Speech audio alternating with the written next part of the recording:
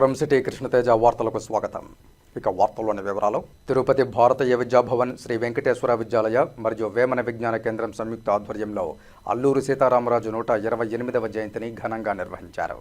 ఈ సందర్భంగా సభాధ్యక్షులు డాక్టర్ నడింపల్లి సత్యనారాయణరాజు మాట్లాడుతూ, అల్లూరు సీతారామరాజు విద్యాభ్యాసం భీమవరం వద్ద కొనసాగిందని, గొప్ప స్వాతంత్ర సమరయోధుడని, మన్యం ప్రజల కోసం తన ప్రాణాలను సైతం అర్పించిన త్యాగధనుడని, విద్యార్థులు దేశభక్తిని అలవరుచుకోవాలని తెలిపారు. ముఖ్య అతిథిగా విచ్చేసిన వేమన విజ్ఞాన కేంద్రం కార్యదర్శి మల్లారపు నాగార్జున మాట్లాడుతూ, బ్రిటిష్ వారికి సింహస్వప్నమై సాయుధ పోరాటం ద్వారానే స్వాతంత్ర్యం సిద్ధిస్తుందని నమ్మిన విప్లవ వీరుడు అల్లూరి సీతారామరాజు అని కొనియాడారు.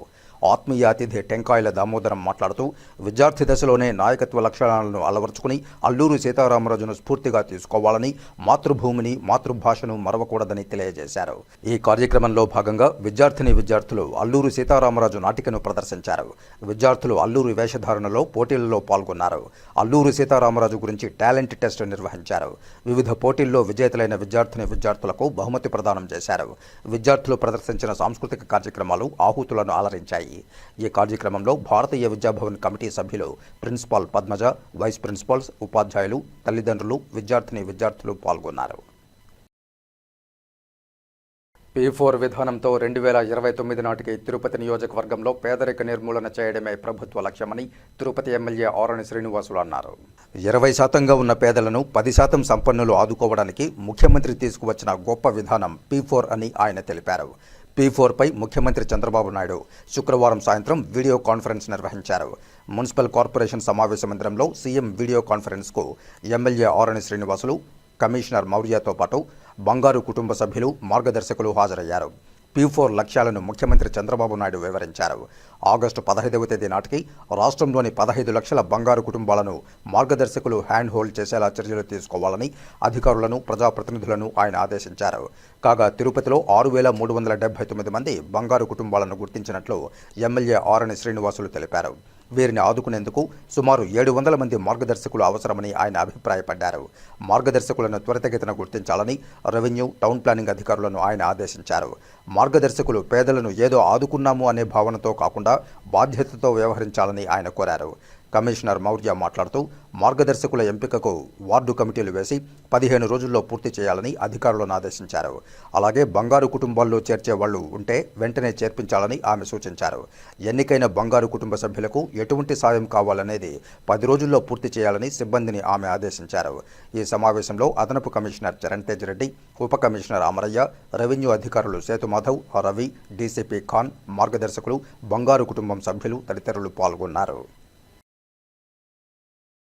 నగర సంకీర్తన మండలి అధ్యక్షులు గుండాల గోపీనాథ్ రెడ్డి ఆధ్వర్యంలో గోవిందనామ సంకీర్తన వైభవంగా నిర్వహించారు.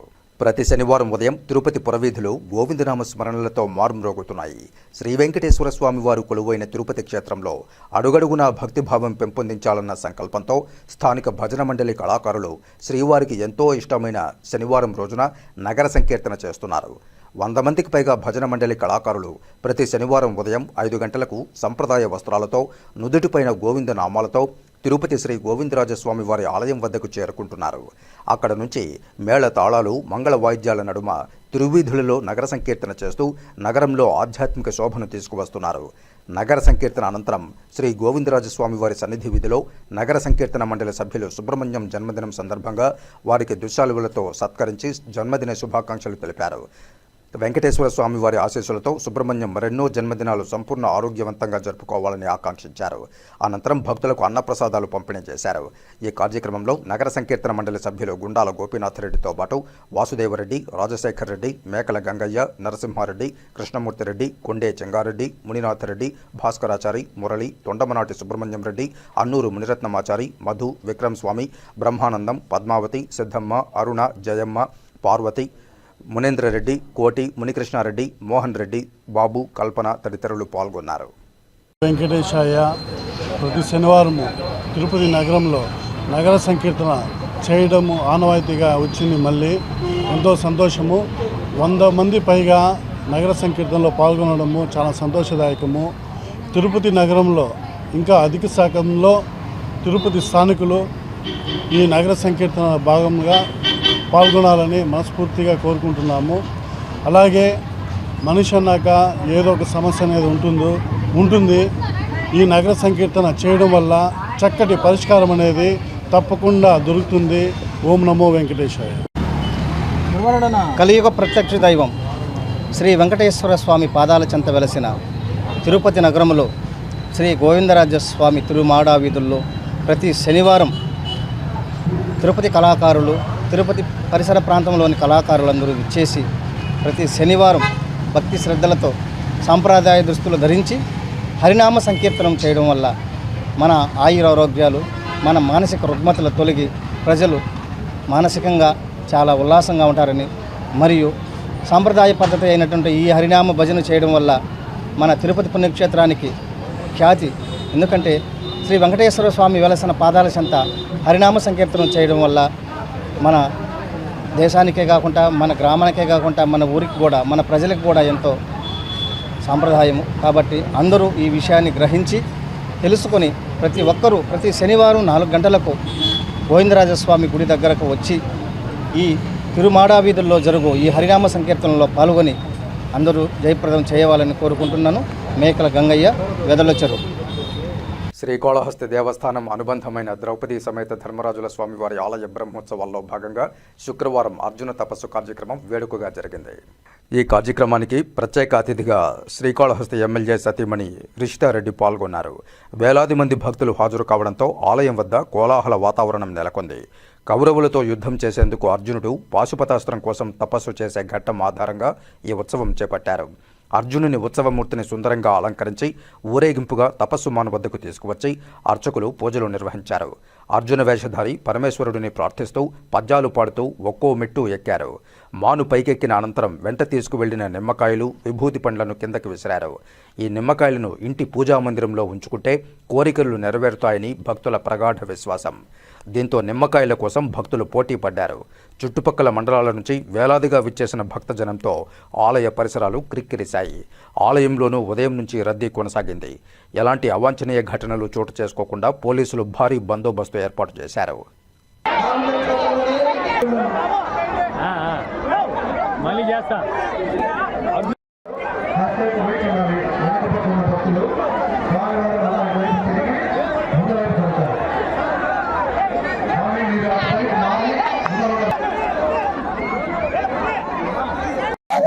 శ్రీ జ్ఞాన ప్రసూనాంబ సమేత శ్రీ కాళహస్తీశ్వర స్వామి వారి యొక్క క్షేత్రమందు అనుబంధాలయమైన ఆలయమైన శ్రీ ద్రౌపది ధర్మరాజ స్వామి వార్షిక బ్రహ్మోత్సవాలు అంగరంగ వైభవపేతంగా నిర్వహించబడుతున్నాయి. అందులో భాగంగా కూడా ఈ రోజు అర్జున తపస్సు, ఈ అర్జున తపస్సు అత్యంత వైభవపేతంగా ప్రదోష కాలం ముందు నిర్వహించబడింది. ఈ అర్జున తపస్సులో భక్తులందరూ కూడా అధిక సంఖ్యలో పాల్గొని ఆ అర్జునుడి ద్వారా విసిరిన నిమ్మకాయలను కూడా తీసుకొని వారి ఇళ్లలో పెట్టుకొని తిన్నట్లయితే ఆరోగ్యాలు, అష్టైశ్వర్యాలు కలుగుతాయని భక్తుల యొక్క ప్రగాఢ నమ్మకం. కాబట్టి ఈ అర్జున తపస్సులో భక్తులందరూ కూడా అధిక సంఖ్యలో పాల్గొని శ్రీ ద్రౌపది ధర్మరాజ స్వామి వారి యొక్క ఆశీస్సులు పొందుతున్నారు. ఓం నమః శివాయ. శ్రీకాళహస్తిలో ద్రౌపది సమేత ధర్మరాజుల స్వామివారి ఉత్సవాలు వైభవంగా జరుగుతున్నాయి. శ్రీకాళహస్తీశ్వర స్వామివారి దేవస్థానానికి అనుబంధ ఆలయమైన శ్రీ ద్రౌపది సమేత ధర్మరాజుల స్వామివారి బ్రహ్మోత్సవాల్లో భాగంగా శుక్రవారం రాత్రి అర్జునుడు హంసవాహనంపై ఊరేగి 4 మాడ వీధుల్లో భక్తులకు దర్శనమిచ్చారు.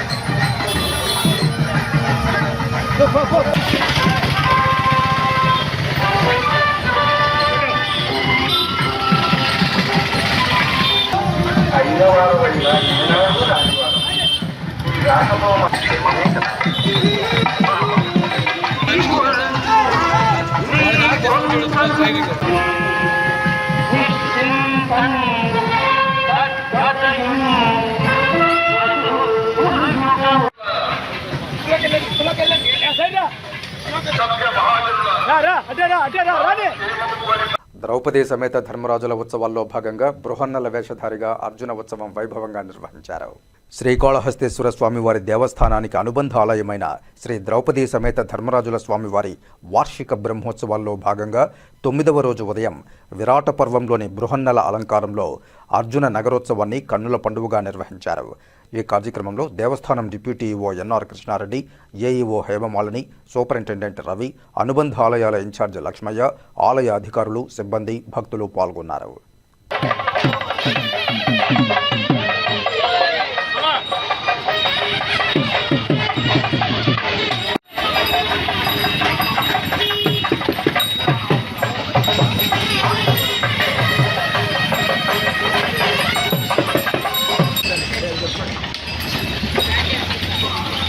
నిర్మాణ రంగంలో భద్రతా ప్రమాణాలకు ప్రాధాన్యతనివ్వాలని తిరుపతి ఐఐటీలో జరిగే అంతర్జాతీయ సదస్సులో పాల్గొన్న విదేశీ ప్రతినిధులు సూచించారు.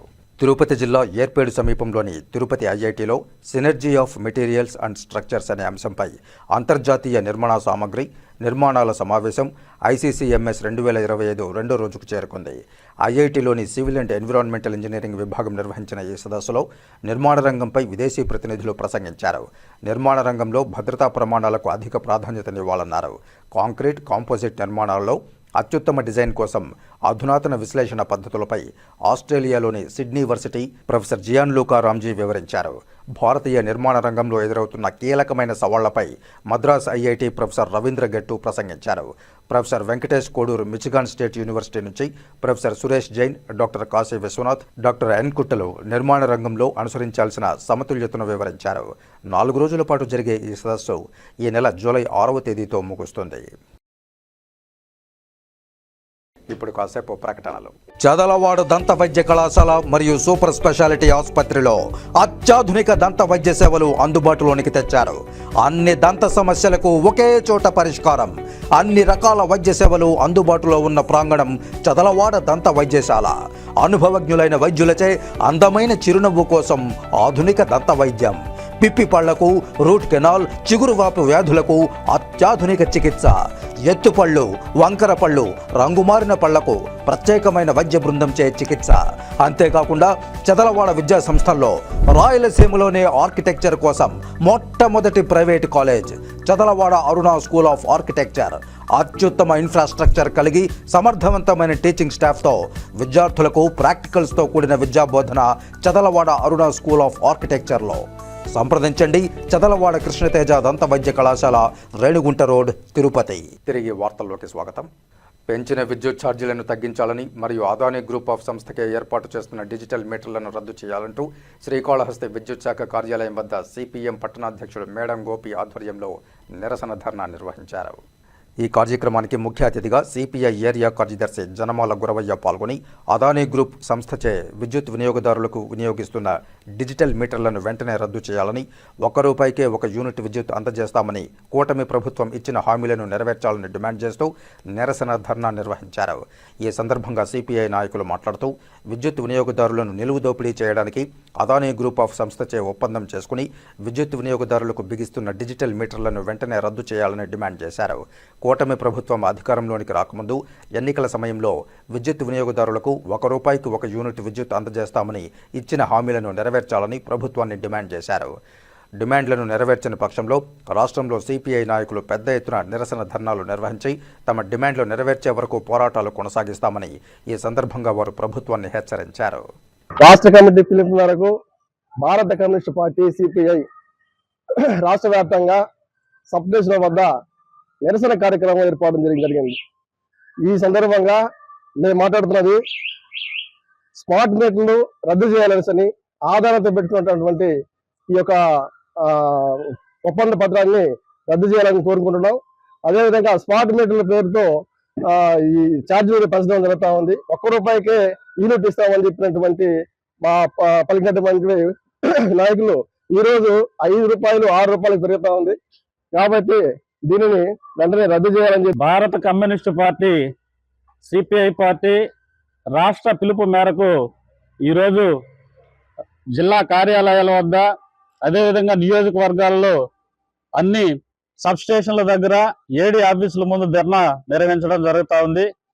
ఈ సందర్భంగా CPI పార్టీగా మేము డిమాండ్ చేసేది పేద మధ్యతరగతి ప్రజలపైన పెనుభారం మోపుతున్నటువంటి స్మార్ట్ మీటర్లని వెంటనే తొలగించాలనేసి సిపిఐ పార్టీగా డిమాండ్ చేస్తున్నాం. అదేవిధంగా లక్షల రూపాయలు దోపిడీ చేస్తున్న స్మార్ట్ మీటర్ల పేర్లతో లక్షల రూపాయలు ఆదాని కంపెనీకి అప్పజెప్పి ఈ రోజు పేద మధ్యతరగతి ప్రజలపైన భారాలు మోపడం తగదనే సిపిఐ పార్టీగా చెప్తున్నాం. చంద్రబాబు నాయుడికి గతంలో తెలుసు కరెంట్ ఛార్జీలు పెంచితే వామపక్ష పార్టీలు గతంలో ఏ విధంగా ఉద్యమం జరిగిందో తెలుసు. ఇప్పటికైనా ముఖ్యమంత్రి చంద్రబాబు నాయుడు గారు స్పందించి స్మార్ట్ మీటర్లను వెంటనే తొలగించాలనేసి పేద మధ్యతరగతి ప్రజలపైన భారాలు మోయనీయకుండా చూడాలనేసి డిమాండ్ చేస్తున్నాం.